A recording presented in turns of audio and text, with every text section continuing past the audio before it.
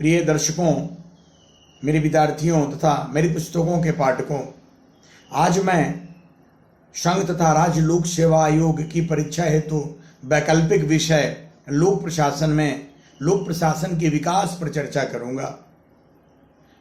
वर्ष 2021 में अभी जो 66वीं बिहार लोक सेवा आयोग की परीक्षा आयोजित होने वाली है, उसके लिए भी लोक प्रशासन का विकास महत्वपूर्ण प्रश्न है। इसलिए प्रतिभागियों से आशा है, अपेक्षा है कि वे इस प्रश्न को और मेरी प्रस्तुत वीडियो को ध्यानपूर्वक सुनेंगे। ऐसे भी लोक प्रशासन विषय में बेहतर जानकारी के लिए लोक प्रशासन के विकास को समझ लेना आवश्यक है। लोक प्रशासन शब्द का प्रयोग हैमिल्टन के द्वारा सबसे पहले किया गया तथा एक अनुशासन के रूप में यानी स्वतंत्र विषय के रूप में लोक प्रशासन का अध्ययन वुडरो विल्सन के प्रयास से अमेरिका में 1887 में हुआ। लेकिन कहना नहीं होगा कि लोक प्रशासन एक प्रक्रिया के रूप में मानवीय सभ्यता से संबद्ध रहा है। जब मानव सभ्यता का विकास प्रारंभ हुआ, उसी समय से लोक प्रशासन की उपस्थिति एक प्रक्रिया के रूप में थी तथा अध्ययन के रूप में भी राजनीति विज्ञान की शाखा बनकर यह लगभग 400 ईसा पूर्व से अध्ययन किया जा रहा है। हम यह जानते हैं कि दर्शन से अलग होकर लगभग 400 ईसा पूर्व में अरस्तु के प्रयास से राजनीति विज्ञान एक अनुशासन के रूप में आया और उसी राजनीति विज्ञान की शाखा के रूप में लोक प्रशासन का अध्ययन किया जाता रहा। लोक प्रशासन के अंतर्गत जो विकास है वह राजनीति विज्ञान के अंदर की विकास थे। इसलिए लोक प्रशासन का विकास 1887 के पहले राजनीति विज्ञान में लिखी गई पुस्तकों में ढूंढी जा सकती है, देखी जा सकती है। हम प्लेटो की रचना दी रिपब्लिक, अरस्तु की रचना दी पॉलिटिक्स, मैकियावेली की दी प्रिंस, रूसो की सोशल कॉन्ट्रैक्ट और चार्ल्स बॉनेन की प्रिंसिपल डी पब्लिक यानी प्रिंसिपल्स ऑफ पब्लिक एडमिनिस्ट्रेशन में देख सकते हैं। हैमिल्टन ने जो फेडरलिस्ट लिखा उसके अंतर्गत भी लोक प्रशासन की उपस्थिति थी। स्पष्ट है कि राजनीति विज्ञान के अंतर्गत जो किताबें लिखी जा रही थी, कहीं न कहीं लोक प्रशासन की उपस्थिति थी। लेकिन 1887 में अमेरिका में वुडरो विल्सन ने द स्टडी ऑफ एडमिनिस्ट्रेशन नामक एक लेख लिखा जो पॉलिटिकल साइंस क्वार्टरली नामक जर्नल में पब्लिश्ड हुई और उसी में उन्होंने राजनीति और प्रशासन दोनों को अलग करने की बात कही। उनके द्वारा यह बताया गया कि राजनीति अलग है, प्रशासन अलग है। राजनीति विधि निर्माण से जुड़ा हुआ है जबकि प्रशासन विधि के क्रियान्वयन से जुड़ा हुआ है। वुडरो विल्सन कहते हैं कि संविधान बनाना तो आसान है, राजनीति विज्ञान या राजनीति तो आसान है, लेकिन उनका क्रियान्वयन कठिन है। स्पष्ट है कि आसान और कठिन कार्यों राजनीति विज्ञान और लोक प्रशासन विधि निर्माण और क्रियान्वयन के कार्य को अलग अलग करनी चाहिए और इनकी बात स्वीकृत हो गई विद्वत जगत में। और लोक प्रशासन राजनीति विज्ञान से पृथक होकर वर्ष 1887 में अमेरिका में एक स्वायत्त विषय के रूप में स्थापित हो गया, एक अनुशासन बन गया। हम जानते हैं कि 1887 के पहले भले ही लोक प्रशासन राजनीति विज्ञान की शाखा बनकर अध्ययन किया जा रहा था, लेकिन एक स्वायत्त विषय नहीं बना था। स्वायत्त विषय कब बना? वुडरो विल्सन के प्रयास से 1887 में। हम जानते हैं कि जब किसी विषय का स्वतंत्र अध्ययन होने लगे, औपचारिक अध्ययन होने लगे, उसकी प्रकृति और क्षेत्र में स्पष्टता आ जाए, उसकी अध्ययन पद्धति विकसित हो जाए, उसमें शोध का क्षेत्र निर्धारित हो जाए, तब उसे हम अनुशासन कहते हैं। और लोक प्रशासन 1887 में एक अनुशासन के रूप में आया। हम लोगों से पाठ्यक्रम में लोक प्रशासन का विकास एक अनुशासन के रूप में ही पूछता है। इसलिए भले ही लोक प्रशासन को मैंने अभी सामान्य चर्चा में बताया कि एक प्रक्रिया के रूप में मानव सभ्यता से जुड़ा हुआ है। अध्ययन क्षेत्र के रूप में राजनीति विज्ञान का अंग बनकर लगभग 400 ईसा पूर्व से इसका अध्ययन किया जा रहा है। लेकिन अनुशासन के रूप में यह तो 1887 में अमेरिका में आया है और 1887 से ही लोक प्रशासन के विकास का अवलोकन अपेक्षित है। लोक प्रशासन चूंकि एक सामाजिक विज्ञान है, सामाजिक मूल्यों मान्यताओं से जुड़ा हुआ है, पर्यावरणीय है, पारिस्थितिकीय है, ऐसी स्थिति में इसके विकास का स्वरूप एक प्रकार का नहीं हो सकता है। समय परिस्थिति के प्रभाव में लोक प्रशासन का विकास परिवर्तित होता रहा है। ऐसी स्थिति में लोक प्रशासन का अनुशासन के रूप में विकास को 5 चरणों में देखा जा सकता है। लोक प्रशासन के विकास का जो प्रथम चरण है, जो 1887 में प्रारंभ होता है, वह 1926 तक चलता है और इस काल के अंतर्गत राजनीति और प्रशासन को अलग करने की बात की जाती है। इसलिए 1887 से 1926 तक की अवधि को द्विभाजन का काल कहा जाता है और इस काल में वुडरो विल्सन के द्वारा, गुडनॉव के द्वारा और 1926 में अगर देखें तो एल.डी. वाइट के द्वारा भी अपनी महत्वपूर्ण रचना an introduction to a study of public administration के अंतर्गत राजनीति और प्रशासन की अलग करने की बात कही। लोक प्रशासन के विकास का प्रथम चरण जो 1887 से 1926 तक है, इस काल में वुडरो विल्सन ने जो राजनीति और प्रशासन को अलग अलग करने की बात अपने लेख दी स्टडी ऑफ एडमिनिस्ट्रेशन में 1887 में प्रारंभ की, उसी बात का समर्थन 1900 ईस्वी में गुडनॉव की रचना पॉलिटिक्स एंड एडमिनिस्ट्रेशन में आई और उन्हीं बातों का समर्थन 1926 में प्रोफेसर एल.डी. वाइट की रचना an introduction to a study of public administration में आई, जिसे लोक प्रशासन पर लिखित पुस्तकों में पहली मान्य पाठ्य पुस्तक की संज्ञा दी जाती है। स्पष्ट है कि 1926 तक लोक प्रशासन के अंतर्गत जितने भी विचारक हुए, सब ने राजनीति और प्रशासन को अलग करने की बात की। इसलिए लोक प्रशासन के विकास का एक अनुशासन के रूप में पहला जो चरण है उसे द्विभाजन सिद्धांत का काल कहा जाता है।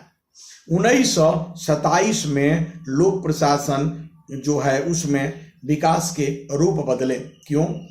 क्योंकि 1927 से 1937 तक अनेक ऐसे विचारक हुए जिनके द्वारा लोक प्रशासन में अनेकानेक सिद्धांतों को प्रतिपादित किया गया, अनेक पुस्तकों की रचना की गई। मैं इसमें Mary Parker Follett, Henri Fayol, Lyndall Urwick, Luther Gulick का नाम लूंगा। इन विद्वानों के द्वारा कई सिद्धांत दिए गए और पुस्तकें लिखी गई। इसलिए 1927 से 1937 तक लोक प्रशासन के विकास का जो दूसरा चरण रहा वह महत्वपूर्ण चरण रहा और इस चरण में लोक प्रशासन का अधिकाधिक विकास हुआ। कहना नहीं होगा कि इस काल में चूंकि सिद्धांत निर्माण हुए, इसलिए द्वितीय चरण को सिद्धांत निर्माण का काल कहा जाता है और लोक प्रशासन के जीवन में यह स्वर्णिम काल या गोल्डन ईरा भी कहा जाता है, विशेषतः विकास के संदर्भ में।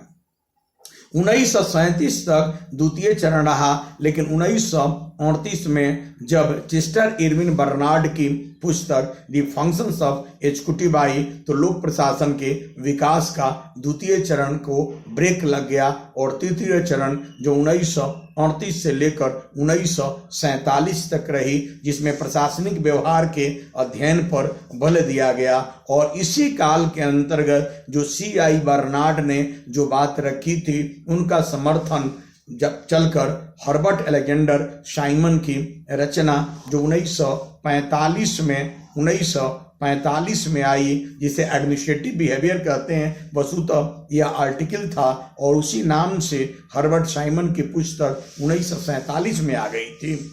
1946 में प्रोवर्ब्स ऑफ एडमिनिस्ट्रेशन नामक एक से अलेक्जेंडर साइमन के द्वारा लिखी गई और उसमें भी लोक प्रशासन के सिद्धांत को नहीं व्यवहार पर बल दिया गया। यह लोक प्रशासन का विकास का जो तीसरा चरण है, जो 1937-38 से 1947 तक चलती है, यह इसके विकास के लिए धीमी गति थी और द्वितीय चरण को अवरोधित करती हुई नजर आ रही थी। लोक प्रशासन अपने विकास के चौथे चरण में प्रवेश किया 1948 से।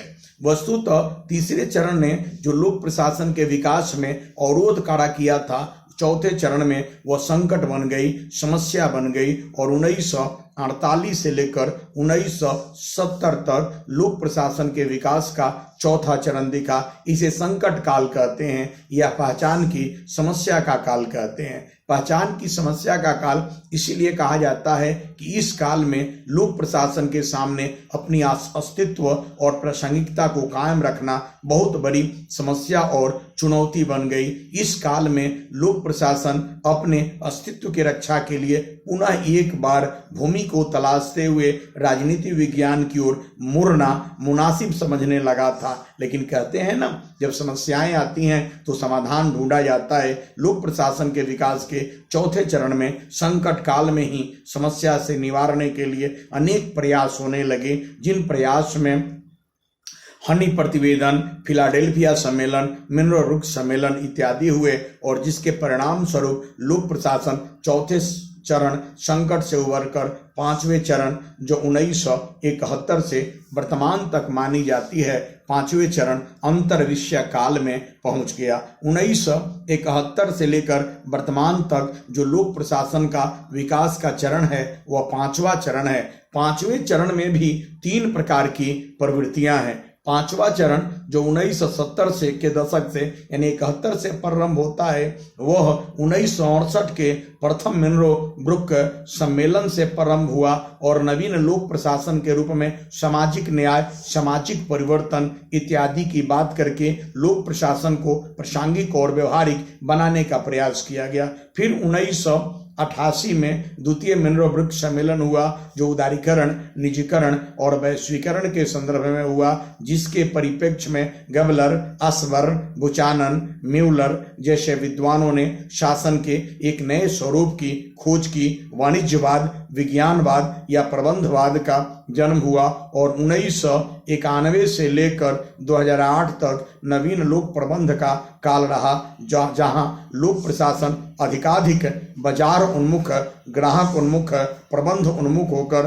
काम करना शुरू किया। रिसाइकलिंग, रीयूज और रिटर्न 3R के कंसेप्ट पर काम करना शुरू किया। फिर 2008 में तृतीय मिनरो ब्रुक सम्मेलन हुए और 2008 में सितंबर महीने में जब तृतीय मिनरो ब्रुक सम्मेलन हुए तो अब लोक प्रशासन वाणिज्यवाद से भी आगे बढ़ते हुए नव कौशल परिप्रेक्ष्य की धारणा, एनसीपी की धारणा से अपनी सार्थकता, महत्ता और प्रासंगिकता को स्थापित करने में लगा हुआ है। कहना नहीं होगा कि लोक प्रशासन के विकास का जो पांचवा चरण है, जिसे हम अंतर्विषयक चरण कहते हैं, इसमें भी 3 प्रकार की प्रवृत्तियां दृष्टिगोचर हो रही है। 1970 के दशक में जो प्रवृत्ति आपको दिख रही थी वह सामाजिक न्याय, सामाजिक परिवर्तन आधारित लोक प्रशासन की स्थापना और प्रासंगिकता का विषय था। 1990 के दशक में 20 वर्षों बाद लोक प्रशासन के अंतर्गत अधिकाधिक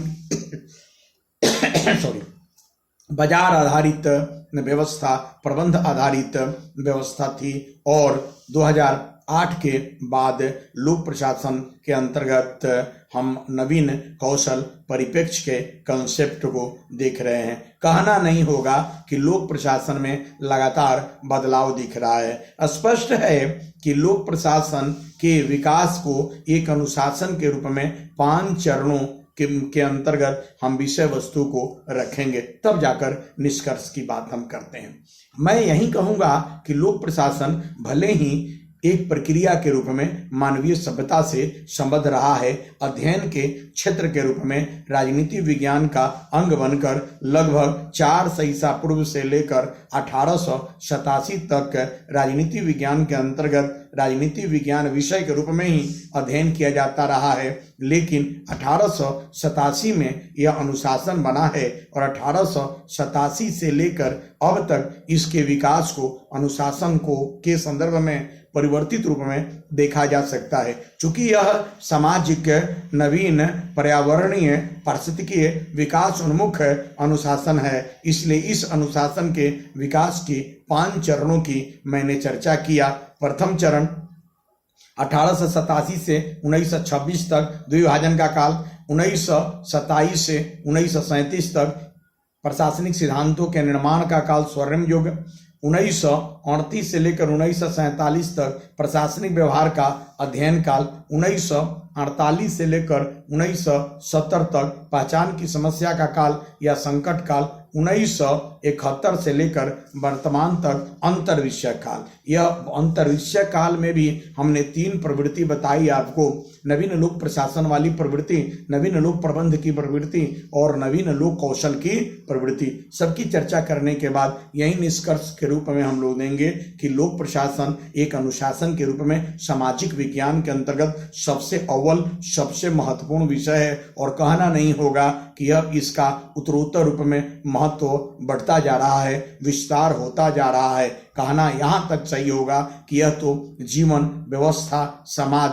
सबको एक दूसरे से संबद्ध कर रहा है। कहना नहीं होगा कि लोक प्रशासन न केवल सामाजिक विज्ञानों में सबसे अव्वल है, बल्कि मानव जीवन का महत्वपूर्ण अंग बन गया है, सभ्यता का आधार बन गया है। इस रूप में इसके विकास की चर्चा करेंगे। धन्यवाद दोस्तों, मैंने आपको आज लोक प्रशासन का विकास पढ़ाया।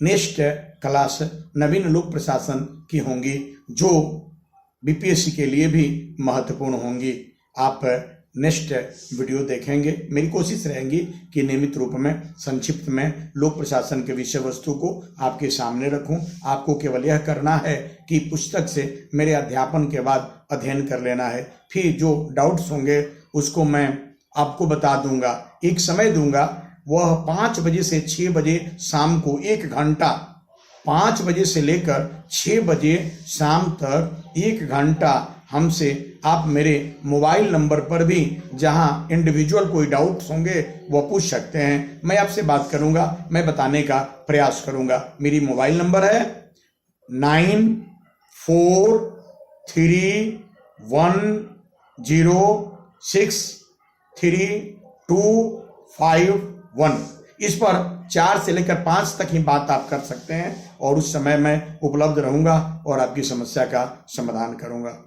Okay, thank you, God bless you.